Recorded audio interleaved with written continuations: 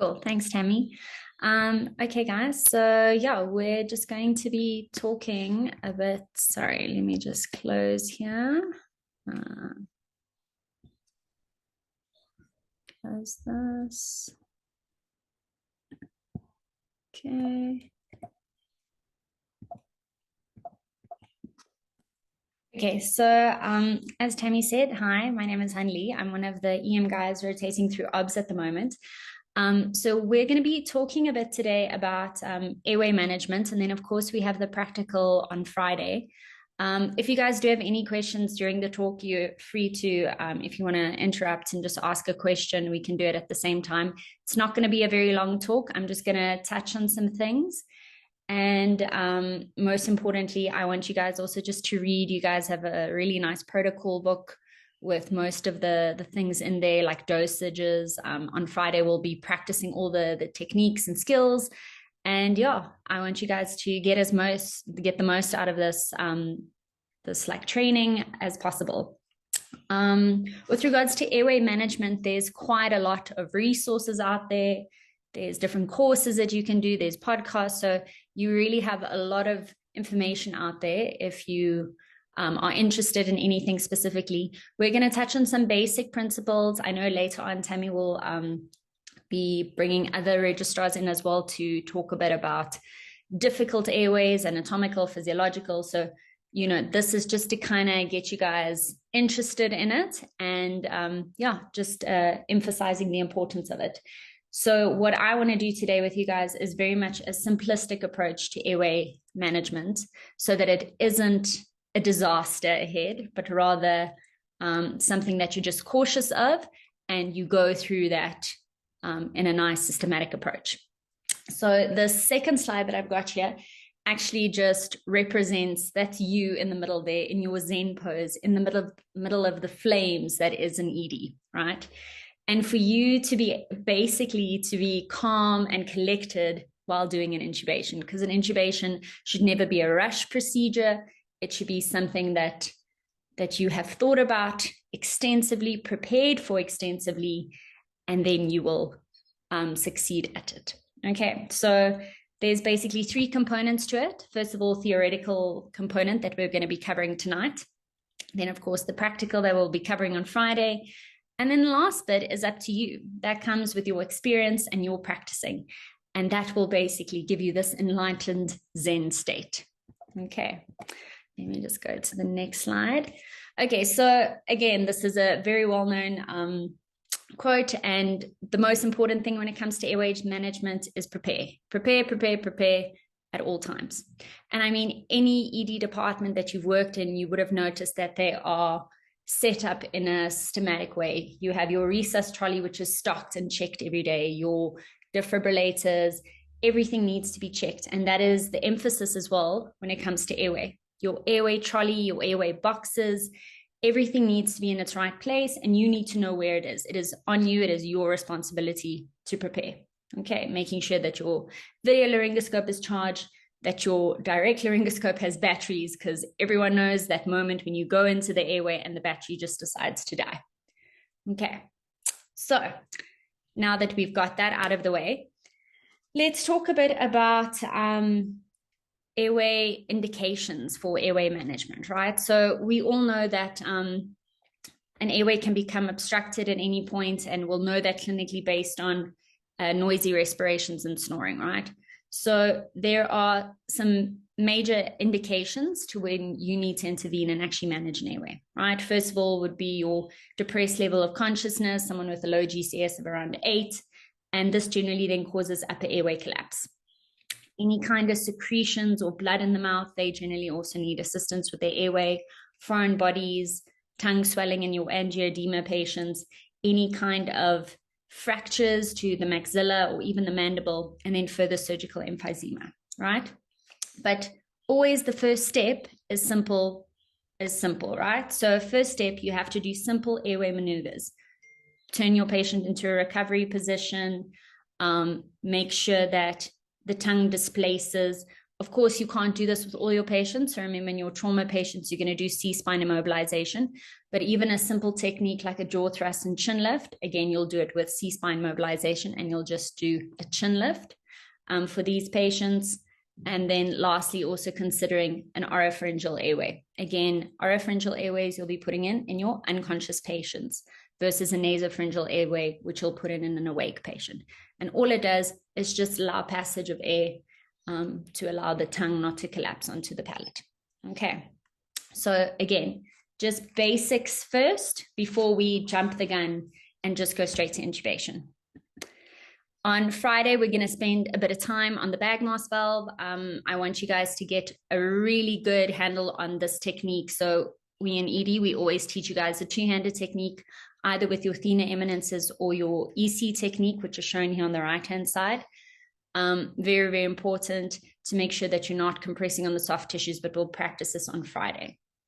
With regards to the BVM, you always have to remember the volume that you've got in these bags, right?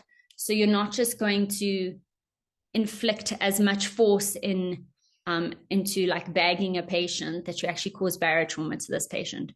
It's just until you see chest rise. Remember, there's about 1,500 to 2,000 mils in an adult bag and about 500 to 1,000 mils in a pediatric bag. So remember, all we want to do is make sure we get adequate seal and we see adequate chest rise. Okay. And then again, everyone knows this little Boots mnemonic. It's basically just a predictor if you're going to struggle with bag mask ventilation. If you are, then you start considering, do I add in an OPA? Do I need to change my movement? Do I need to ensure that I get a better seal on this patient? Okay. Then again, since you guys are a mixed ED, you basically see adults and you see majority of peds, but the whole point of it is just to be aware of the anatomical differences. It doesn't have to freak you out. It just has to make you think. Okay, so if you have a baby or an infant versus an older child versus an adult, you're going to have a different way of approaching them in terms of their positioning. And of course, in terms of the instruments that you're going to use, right? So we all know kids have larger tongues. They've got a floppy epiglottis. So all of these things need to make you think about different interventions to make yourself adequate at securing this airway. Okay. So that'll come later on. We'll talk about positioning. We'll talk about your boxes and everything that you have to prepare beforehand. But just so that you always think about the anatomical differences between a child versus an adult airway. Okay. Apart from just the anatomical, you also have the physiological, which we'll touch on just now as well. Cool. Then when we actually get to the airway, right? There is, of course, everyone knows the lemon mnemonic as well. And to be honest, I personally don't always look at that. I maybe look at the L a bit, look externally if there's anything obvious. I haven't done a 3-3-2 since I did my anesthesia rotation. And a melon party, I'm like, So to me, I always go in thinking every airway in the ED is a difficult airway. And therefore, I will never be surprised, right? But it is good to always just consider these things. Think about any kind of obstruction, any kind of neck mobility. And specifically when you look at the patient externally, think about any kind of distortion, especially teeth that are missing as well. And then, of course, any dysmobility from these patients, especially your patients with rheumatoid arthritis, if they're even able to open their mouths appropriately so that you can actually intubate them. Okay, so again, this mnemonic as well as the Boots mnemonic is in your guys' protocol. I'll show you a picture of it now as well. So go over it and always consider when you are assessing an airway, or either for bagging or for actual intubation, that there are certain factors to keep in mind. Okay. Now, the holy grail as it is, when we finally get to the point where we go, okay, this patient needs to be intubated. There's 7 or 9, depending on where you go to, which resources you're using. There's 7 P's of intubation, okay? Number 1, of course, is preparation. As we said before, you got to prepare. You have to be ready for this. Then we go into pre-oxygenation, pre-treatment. I don't use paralysis. I use pharmacology, positioning, pass it, and then post-intubation confirmation. There is extra ones where you can add in protection of the C-spine specifically, which you can slot in at any point if you've got a trauma patient. I know you guys had one in the ED the other day, so it's always important to keep that in the back of your mind. Yes, you guys see a lot of medical emergencies, but trauma has to be in your thought process as well. Okay, so let's get to it then. The first one, as I mentioned, is of course preparation. Okay, you have to know where if you guys have an airway trolley, if you have your little airway boxes that's specifically designed for every specific weight of child, you have to check them daily, make sure that they're stocked. So I personally feel that if you are using anything within that box, it is your responsibility to replace it. And then, of course, doing your checklists every day, make sure that they're refilled. Remember, you guys are dealing with little people, so your pauper tape and your little flipper chart is very, very important to check your drug dosages and check your sizes that you're going to be using, whether it's your ET tube, whether it is your, the LMA that you're using. It's all on these flipper charts, okay? And you have to be prepared. You need to know where everything is. You need to know where all your rescue airway devices are. And then, of course, you need to have your checklist, which we're going to be talking about next. And then lastly, but I think more importantly, is make sure that you have help, right? You should never be venturing on an airway by yourself. It should be at least 2 or 3 doctors, or depending on how many hands you have, but at least 2 doctors in the process, and then a nurse or an assistant to do an intubation. Okay, it's just safer. And if you don't succeed, then at least you have a second pair of hands or someone more senior than you to give you a hand. Okay. Again, remember your different types of blade, your Miller versus your Macintosh. Remember your Miller, you'll be using more for your pediatric patients because of that floppy epiglottis, and then your Macintosh for your older patients. But it also depends on what you are comfortable with and what you are using. Again, make sure that you have batteries if you're going to be using your normal laryngoscope. Okay. Then here we go. This I actually got from your protocol book. This is your RSI checklist. Some of the places where I've worked, they actually print out a couple of these with a little tick sheet. And as you go through the actual intubation, you prepare beforehand. So you just tick it off, you sign by it, and you actually pop it into your patient's file at the end of it. Medical legal purposes to show that you considered everything and that you actually had everything on board for later on if there's any questions. You can even pop in your cuff pressure, things like that to consider if anyone is ever bored. Okay, so again, intubation takes time. There are very, very few situations where you have to rush and shove a tube in. The majority of the time, you have time, right?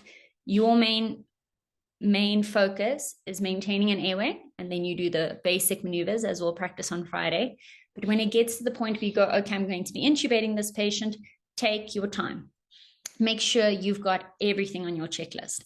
Whether you use the stop icy bars or the metals plastic mnemonic, I know some people also prefer the soap me. Whichever one you prefer, stick to it. If you don't like little mnemonics to remember things, but you have another system, make sure you've got everything on your list. There's nothing worse than not being prepared for an airway. Okay, so make sure you go through everything. Make sure you've got your suction, you've got your tube. Remember, for every tube, you need one below and one above, depending on what the anatomy shows you when you actually look in. Make sure you've got your oxygen, your BVM, your nasal cannula as well. And then here under pharmacology, one thing that, yes, definitely your pre-meds and your induction, but make sure you've also got your sedation and your analgesia already on board for after the fact, after you've intubated and your patient is still paralyzed. IV access, of course, you need to make sure you've got good IV access, at least 2. I don't know, some people will tube with just 1. I personally prefer having 2 on board in case, because, you know, things will happen and things will go wrong. Then with regards to confirmatory devices, yes, end-tidal CO2 is your gold standard, and every ED should be having end-tidal CO2, or at least in your wave capnography. And then very importantly, your bougie, your extra or your supraglottic devices, your video laryngoscope, and then of course, always double set up with a surgical airway. Okay, again, have a look at your boots and your lemons mnemonic. Keep this in the back of your mind.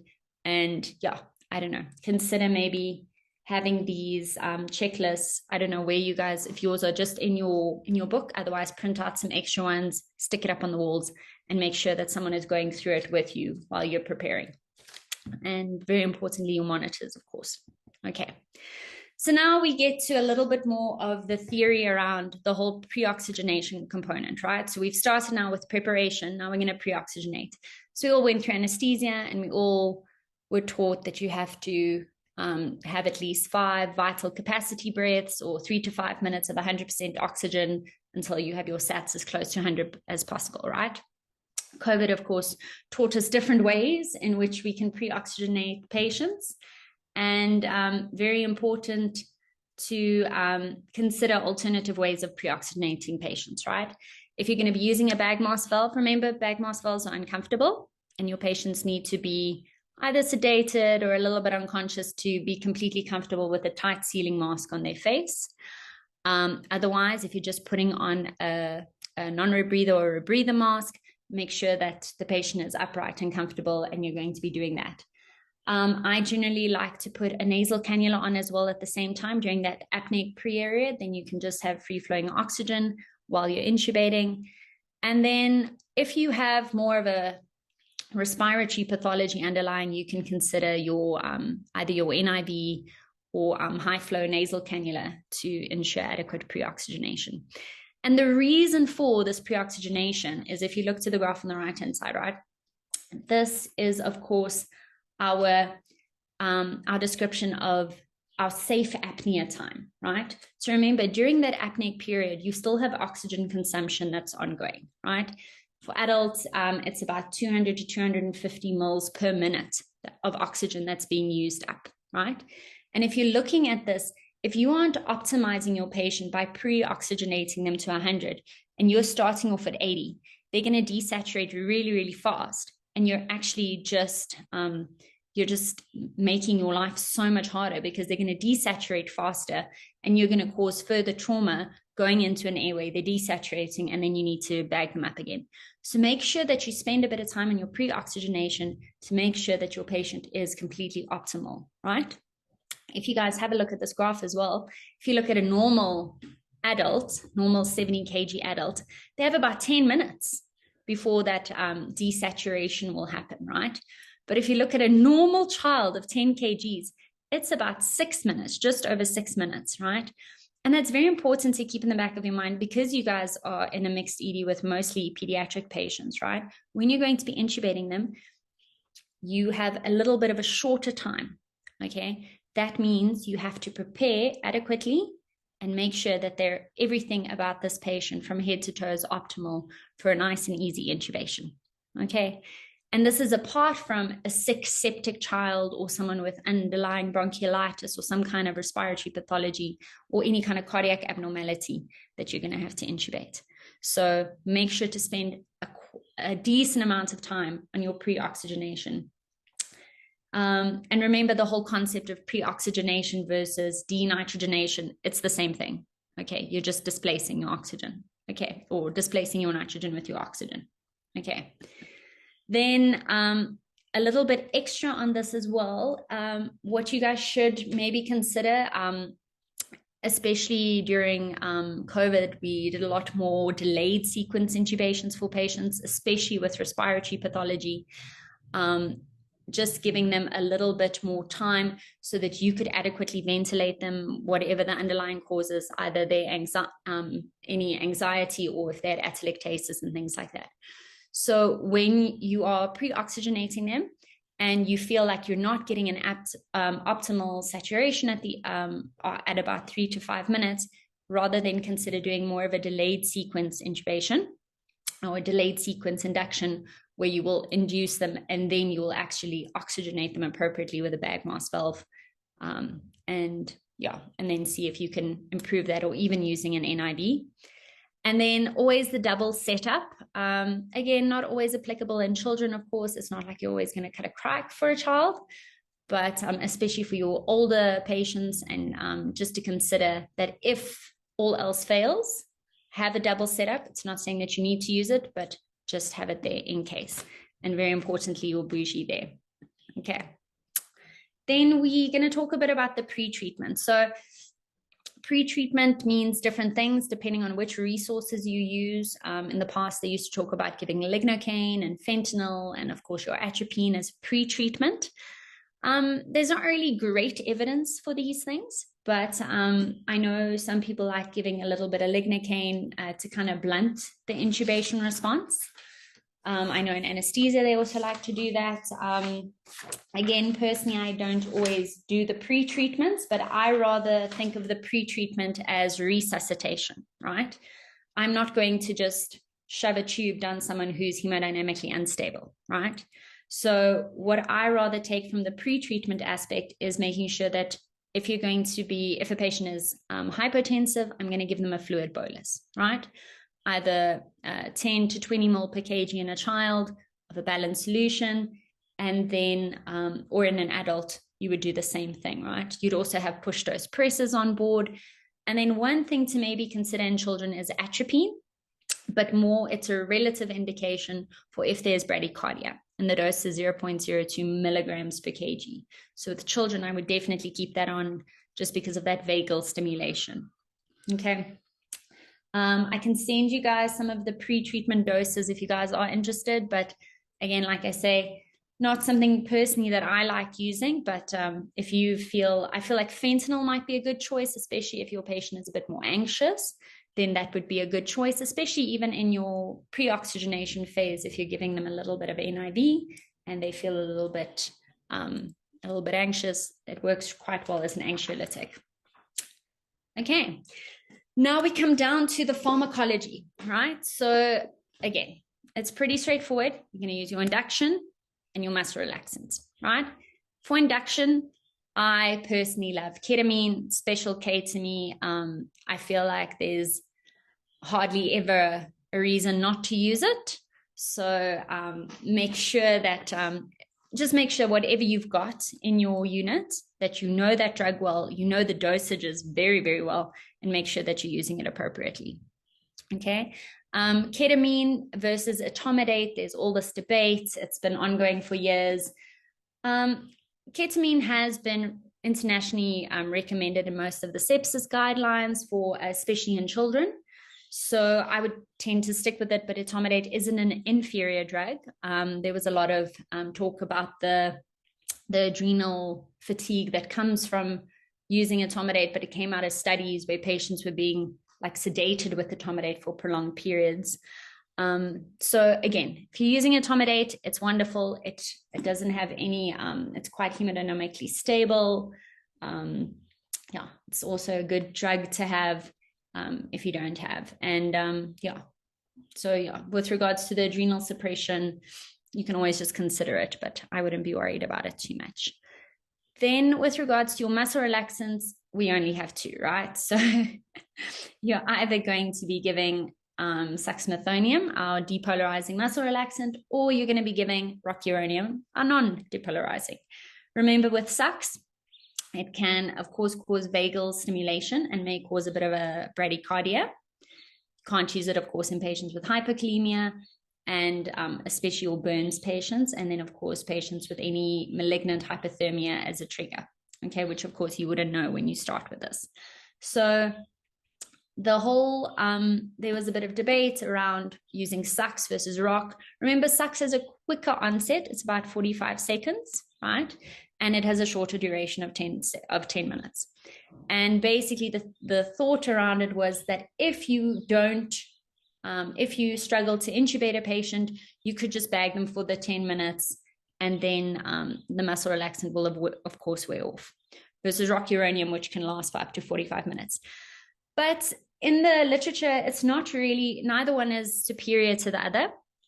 It just depends on what exactly you're intubating your patient for and how comfortable you are with the drug. Personally, I like rocuronium. You have a patient who's paralyzed for a bit longer.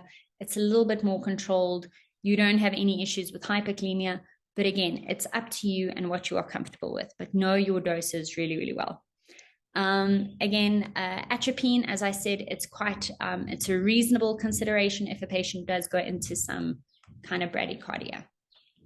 Okay. then this to me is the most important aspect of intubations, right? Sorry, is your positioning of your patient. Okay. A child, of course, we know anatomy wise, they have a larger head. Your vocal cord and everything is more anterior. So you basically want to position them into the sniffing position, as they teach in even the neonatal recess. Put them on a headrest and make sure you've got that shoulder roll under that to make sure that your whole airway is in line with the external auditory meatus. Whereas with adult patients, again, this depends on what you're comfortable with, but someone who's, for example, morbidly obese or has a short neck, you're going to rather ramp the patient up, and you might even consider tubing them from an upright position and you kind of standing over them. Okay. So just kind of keep that anatomy in the back of your mind, and positioning is very, very, very, very, very important. I cannot stress this enough. You have no idea what difference it makes moving a patient into this optimal position to tube versus having them lie flat and have that airway collapse on you. Okay. Then placement. Again, we're going to be doing this on Friday, so we'll practice with all the little fun tricks and techniques of how to hold your blade. So I'm not going to talk about it too much today, but yeah, maybe go over a bit of your anatomy if you have a chance, just as to what we're going to be seeing. Remember, when we slide in our tube along our tongue, we're going to be going into the vallecula, just on top of the epiglottis, and you're going to be pulling up. Some people like actually catching a little bit over the top of the epiglottis and pulling up. Again, I'll show you guys this on Friday, and your visualization of your cords. Okay. So now it comes to the confirmation, right? So I know in the past we used to say it's gold standard if you see your ET tube go through the vocal cords. So ET tubes displace.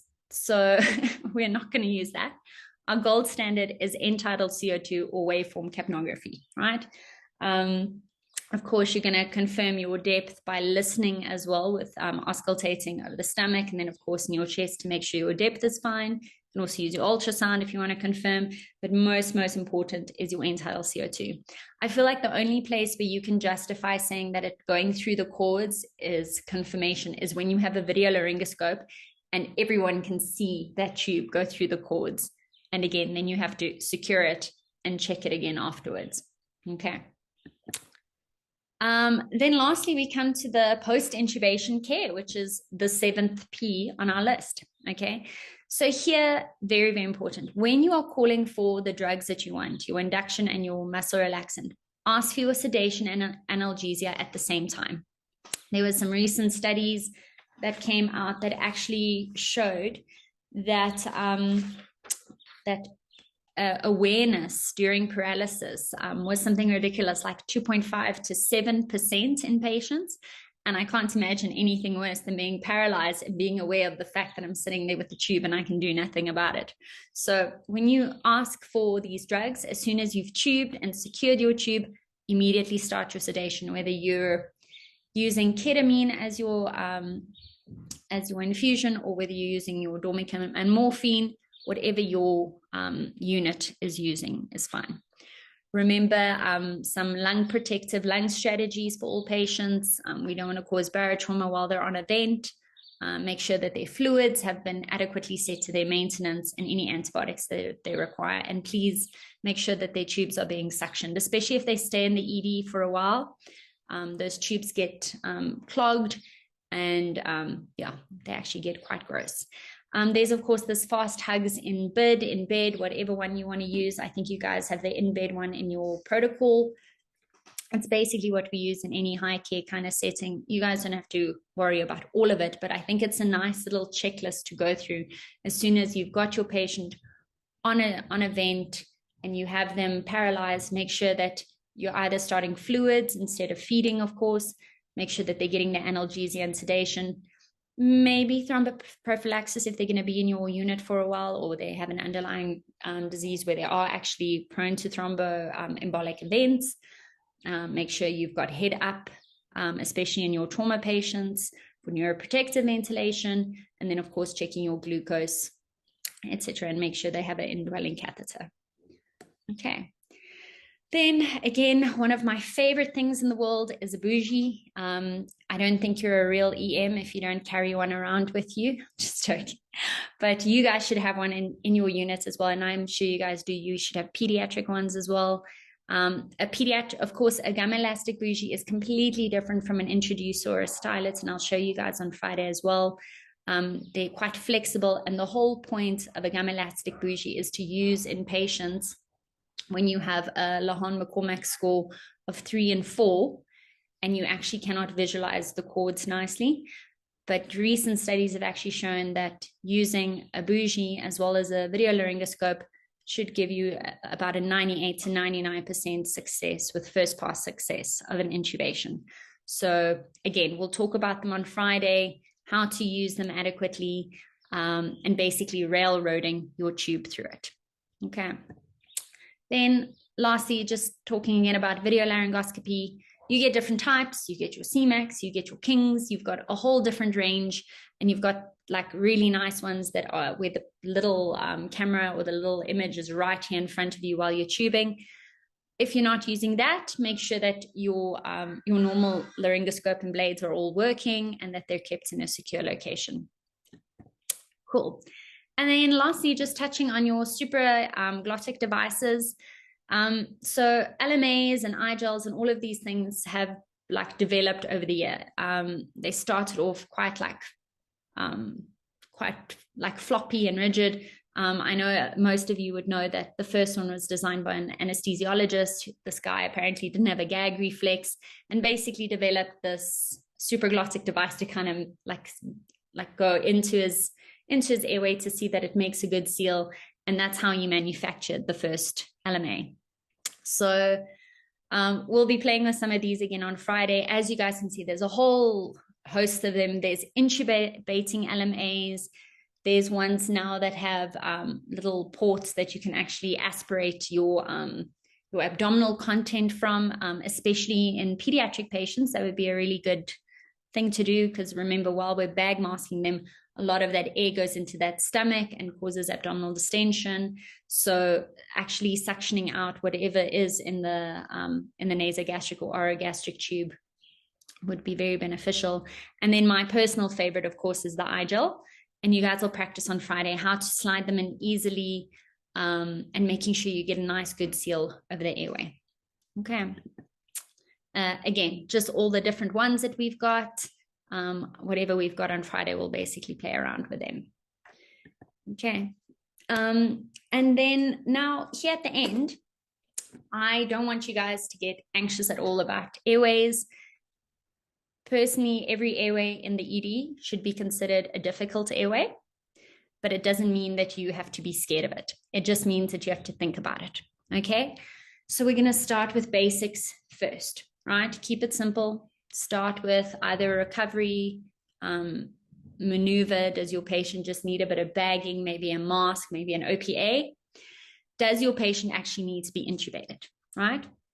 And there's different things that you can consider, right? You can use your video laryngoscope, you can use your bougie, you can use a supraglottic device, and especially in a failed airway, and we all know the algorithm after your second attempt, then you're supposed to be putting in a supraglottic device.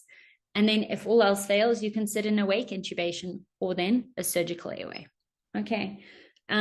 Importantly as well, when we are considering this difficult airway ahead of us, make sure you have a good checklist, make sure your boxes are set up, make sure you have your bougie, and make sure that everything is prepared, because that is the most important thing about an airway. And yeah, that's basically the end of my talk. These are just some of our registrars from this year. You guys can always follow us on Instagram. We have a page called EM Joburg, some of my references. And then if you guys have any questions or anything that you guys want to know, yeah, please ask me. And yeah, that is it.